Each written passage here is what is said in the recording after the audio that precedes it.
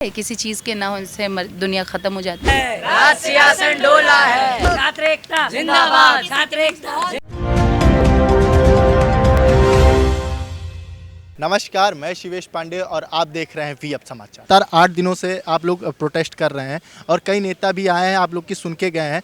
तो मैम, जैसे कि अभी सब कुछ होने के बावजूद एक लड़की कल अंजलि नाम की लड़की ने वो सुसाइड कर लिया था। ये मैम आपको कल नहीं, मतलब कल वायरल हुआ काफ़ी, 21 जुलाई को सुसाइड कर लिया था। जिसके बाद इसका एक नोट आया था, सुसाइड नोट, जिसमें उसने लिखा था कि रेंट वगैरह बढ़ गया था जिसकी वजह से वो डिप्रेशन में आ गई थी।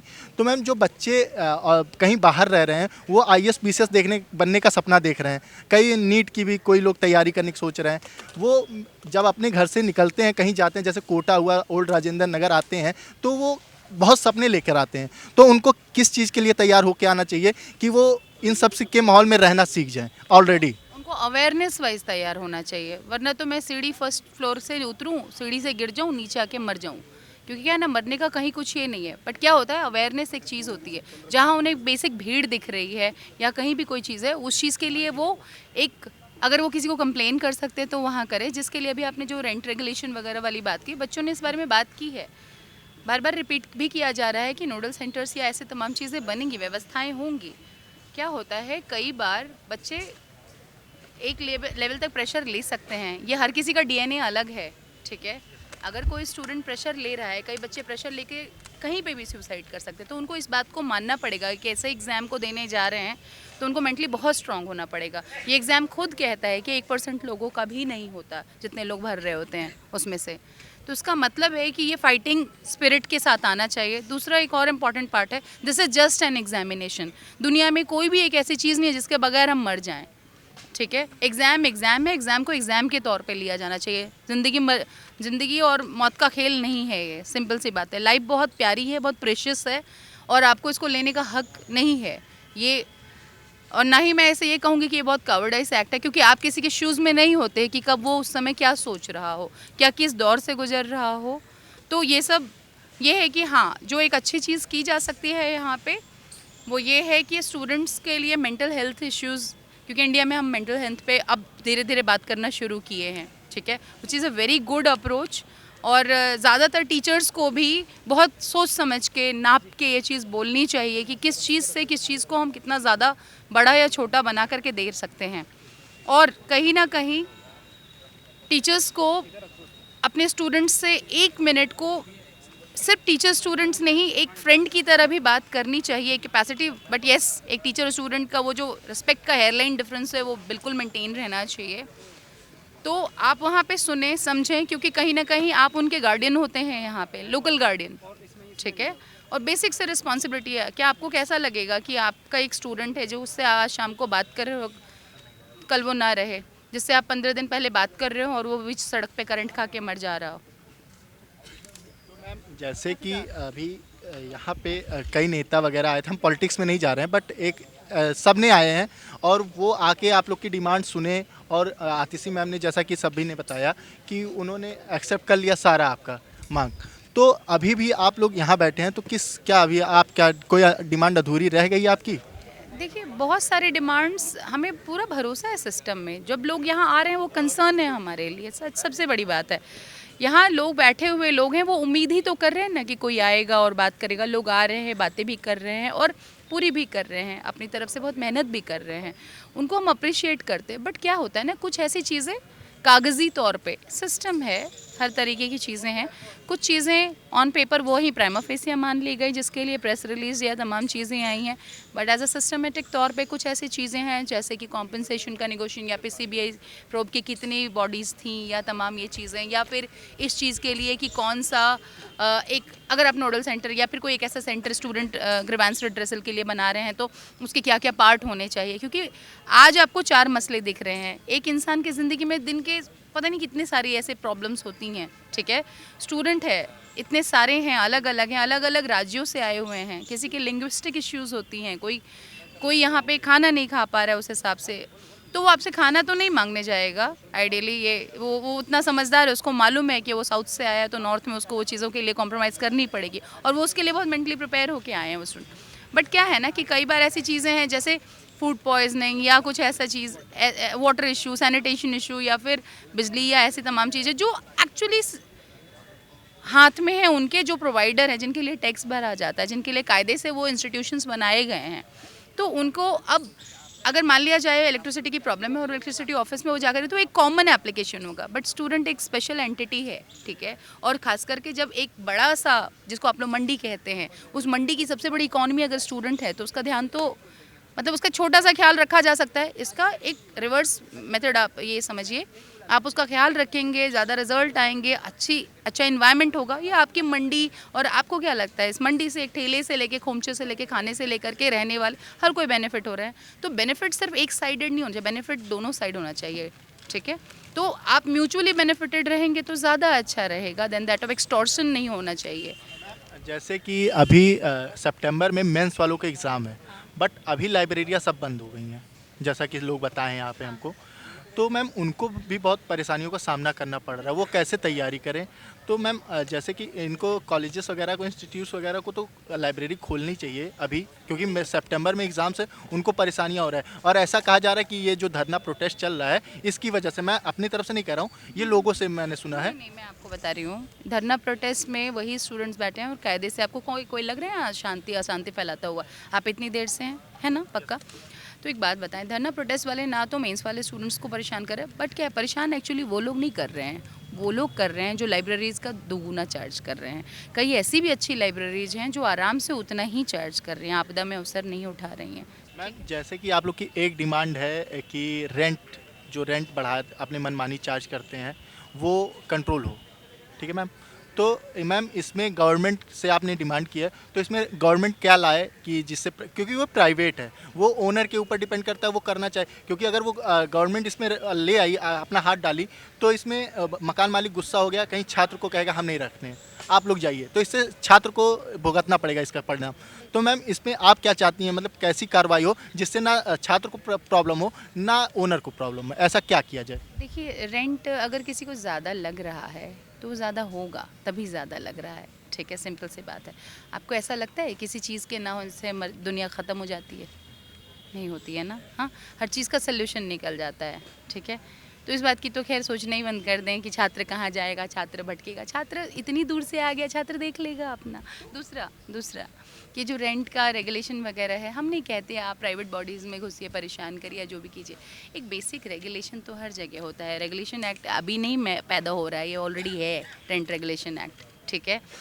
बस उसको थोड़ा ऑर्गेनाइज करने की बात की जा रही है कि जो एजेंट्स हैं, ठीक है, वो अपनी सेल्फ रिस्पॉन्सिबिलिटी से, रेरा के अंदर एजेंट सर्टिफाइड एजेंट्स होते हैं। अरे अब मैं 2 करोड़ का फ्लैट खरीदने जाऊँ तो मैं किसी के हाथ में तो पैसा पकड़ा नहीं दूंगी ना, तो वो एक सर्टिफाइड एजेंट होता है। यहाँ पे भी आप किसी को भी बनाइए, कोई दिक्कत नहीं, लेकिन उसको एक रहना चाहिए कि वो उस रिस्पॉन्सिबिलिटी में, क्योंकि कहीं ना कहीं अगर वो बंधा हुआ है तो वो जिम्मेदार रहेगा, ठीक है।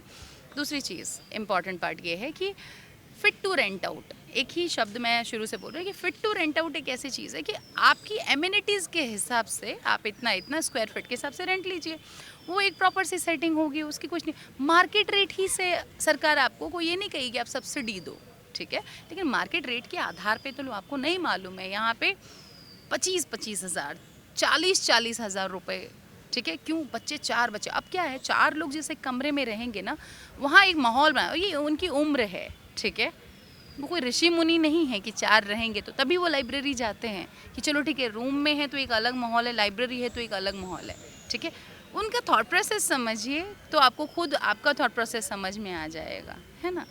मैम जैसे कि ये नेक्स्ट क्वेश्चन मैम जैसे कि, हाँ मैम जैसे कि अगर ये किया जाए कि आप लोग धरना प्रदर्शन दे रहे हैं, उन बच्चों को क्या आप सलाह देना चाहेंगे जो अभी तैयारी करना सोच रहे हैं? उनके लिए आप कुछ ऐसा कहिए, क्या डिप्रेशन में जो एक तरह से सुसाइड करते हैं लोग, उनको आप ऐसा क्या कहिए ताकि वो एक सुसाइड, हम लोग को भी पता है कि एक जरिया नहीं है, लास्ट ऑप्शन नहीं है सुसाइड कर लेना, आम जिंदगी बहुत, हम लोग की ज़िंदगी बहुत कीमती है।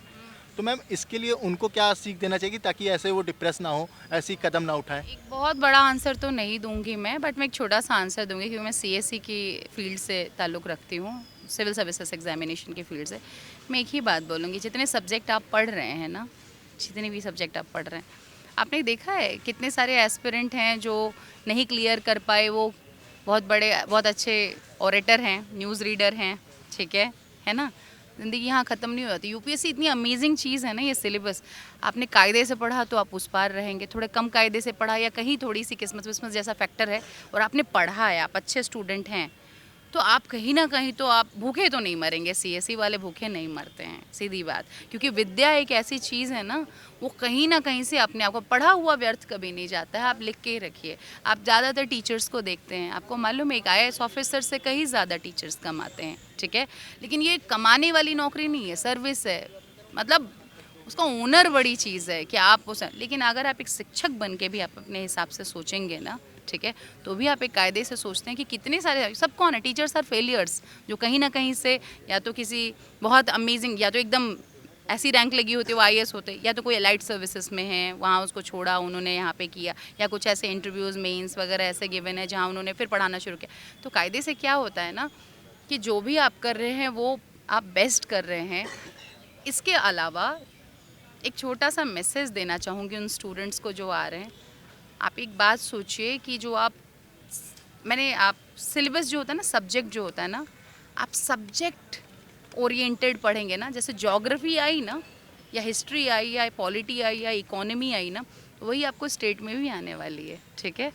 बस उसको क्वेश्चन जो अलग होते हैं उनको दिखाने का तरीका अलग होता है, आपको बस थोड़ा बहुत वे चेंज करना होता है, थॉट प्रोसेस पर। आप सब्जेक्ट ओरिएंटेड पढ़िए। वो तो कोचिंग का अपना बिजनेस है कि वो ये वाला प्रोग्राम बना के देती है, वो वाला प्रोग्राम बना के देती है। एक दुकान में शैम्पू तो 50 है, लेकिन यूज़ तो एक ही होता है ना। तो आइडियली सब्जेक्ट मजबूत है, सब मजबूत है। और फिर अगर थोड़ी बहुत प्रैक्टिस के पॉइंट ऑफ व्यू से जाते हैं, इतना डिपेंडेंट मत होइए किसी पे भी। क्योंकि to be very frank and precise, दुनिया में अगर मैं हर दिन हर किसी को यही कहती हूँ, अगर कोई निकलवा सकता ना, तो एक क्लास से कम 50% तो निकलवा ही सकता। प्रोबेबिलिटी का कंसेप्ट है, 50% निकलेंगे, 50% नहीं निकलेंगे। तो एब्सोल्यूट तो कुछ है ही नहीं। पढ़ते तो सिर्फ स्टूडेंट हैं। बहुत बेकार कोचिंग हैं हम लोग, कोचिंग वाले की, जो दूसरों का क्रेडिट खा जाते हैं कि हमने करवा दिया। कोई नहीं करवाता है किसी का, सब स्टूडेंट खुद करते हैं। एक साल कोई करवा लिया, अगर मान लीजिए इस साल कोई स्टूडेंट IPS है, मेरा एक स्टूडेंट एक साल IPS है, दूसरे साल उसका प्रीलिम्स नहीं निकला, तो मैं तो करवा रही थी, तो क्यों नहीं करवा लिया उसका दूसरे साल भी। अरे उस साल उसका टेम्परामेंट नहीं मैच किया एग्जाम के साथ, उसका क्वेश्चन में उस दिन उसका शायद दिन नहीं रहा होगा। आपने ये चीज़ बोला मेरा स्टूडेंट, मतलब आप जो इन एस्पिरेंट्स के साथ खटी हैं, आप किसी इंस्टीट्यूट की टीचर हैं या फिर? मैं एक इंस्टीट्यूट की डायरेक्टर हूँ, हाँ। लेकिन मुझे ऐसा लगा कि हम लोग को एक साथ बैठना चाहिए। ऐसे सॉलिडरिटी शो होता है, कई टीचर्स आ रहे हैं, बहुत सारे टीचर्स आ रहे हैं, कई टीचर दूर बैठ के भी मदद कर रहे हैं, ठीक है। लेकिन ठीक है, this is a time. Ma'am बहुत अच्छा जवाब दे रही है मैम। जिंदाबाद छात्र एकता, जिंदाबाद छात्र एकता, जिंदाबाद। आवाज हम भी वही चाहते, सेंटिमेंट लोग देखें। आवाज दो, एक है। मैम तो जैसे जो उनके फॉलोअर हैं, फॉलोअर हैं, कंट्रोवर्शियल नहीं है, कंट्रोवर्शियल नहीं है, वो उनके फॉलोअर और सर के बीच का रिश्ता है। हम कौन? हम नहीं वो कह रहे हैं, हम वो नहीं जज करने की, जज वाली क्वेश्चन सुन लीजिए। हम डोला है, जब युवा बोला है, राज सियासन डोला है, जब युवा कंट्रोवर्शियल नहीं बोला है। है, राज सियासन डोला है। अच्छा, एक मेंस के लिए आप, मेंस जो जिनका एग्जाम आ रहा है मेंस वालों का, उनके लिए कुछ कह दीजिए बस। उनको क्या तैयारी कर रहे हैं, मेंस जो तैयारी कर रहे हैं, उनको मैम कुछ आप कहना चाहेंगी ताकि वो तैयारी अच्छे से करें अपना? यही कहेंगे कि सिस्टम के इस तरफ जब एज अ स्टूडेंट बैठ रहे हैं, तो भी सिस्टम के उस पार भी हमें ज़रूरत है। जाइए और आगे एकदम बेस्ट प्रूव करिए, बेस्ट ऑफ बेस्ट दीजिए। आगे ये ना हो इसको इंश्योर करें। सब एकदम अच्छे हैं। आज आप छात्र हैं, कल आप जाएंगे। आपको मालूम है कितने ऐसे सिलेक्टेड स्टूडेंट्स हैं जो बहुत दूर से मदद कर रहे हैं। सबके अपने प्रोटोकॉल्स होते हैं, ठीक है, सब अपने अपने तरीके से मदद कर रहे हैं। तो वो खूब पढ़ें और यहाँ बैठने की ज़रूरत नहीं है। हम उनको कोई उनको जज नहीं कर रहा है। यहाँ बैठे वाला हर उनका भाई, उनकी बहन, ये जो सब है ना, सब उनके बदले बैठे हैं। उनका काम है जान लगा के पढ़ें वो। और आपको पता है कि जैसे जो अभी आए थे रिपोर्टर, वो बोल रहे थे कि भीड़ कम पड़ रही है। अभी बैच देख रहे हो, ये जो बैच है, इसमें हम लोगों ने टाइम डिवाइड करके रखा हुआ है। मैम की डायरी में सबके टाइम लिखे हुए हैं। मेंस वालों को स्ट्रिक्टली बोला गया है कि आप मत आओ। मैंने देखा है भीड़ कम नहीं है, लोगों की ऑर्गेनाइज्ड है, तरीके से है। लोग आए साथ, किसी को प्रॉब्लम ना हो। यही एक धरने का वसूल है कि किसी को प्रॉब्लम ना हो। अगर मेंस वालों को तो हम लोगों ने खुद बोला हुआ है कि आप लोग मत आओ, ये टाइम आपके लिए क्रूशियल है। सिर्फ 1 से 1.5 महीना बचा हुआ है। क्यों बोलना चाहिए इनके सिविक सेंस के लिए। हमने देखा है आप लोग बरसात में भी खड़े हैं, आप लोग गर्मी है तब भी खड़े हैं। मैंने अगर आप लोग का वो कम पड़ता तो आप लोग बरसात में ही चले गए होते कब के, अगर यहाँ नहीं बैठे होते सर। और भीड़, बारिश हो कुछ हो फर्क नहीं पड़ेगा, बस यहाँ तक पानी भरेगा तो हटाना पड़ेगा अपने आप कि भैया कोई। हमने तो यहाँ तक पानी भर गया था तब भी आप लोग नहीं हटे थे, मैंने देखा था ये। बस वो तो लोगों का जोश है कि अपने बारे में भी नहीं सोच रहे हैं। अपना समय देने के लिए बहुत बहुत धन्यवाद। जैसा कि आपने देखा यहाँ के बच्चे पूरे जुनून और खून पसीना लगा के अपना धरना दे रहे हैं, और ऐसे ही हम आपको इनकी खबर अपडेट करते रहेंगे और इनकी मांगें पूरी होती हैं या नहीं। 3 हफ्ते का आतिशी मैम ने समय दिया है, देखते हैं कितना समय लेती हैं वो। और ऐसे ही खबरों के लिए आप हमारे साथ जुड़े रहें और देखते रहें वी अप समाचार। और अगर आपको हमारा चैनल और हमारी खबरें अच्छी लगी हों तो आप हमारे चैनल को सब्सक्राइब कर लें ताकि ऐसी कोई भी खबर आपसे छूट ना पाए। कैमरा पर्सन मोहित के साथ वी अप समाचार।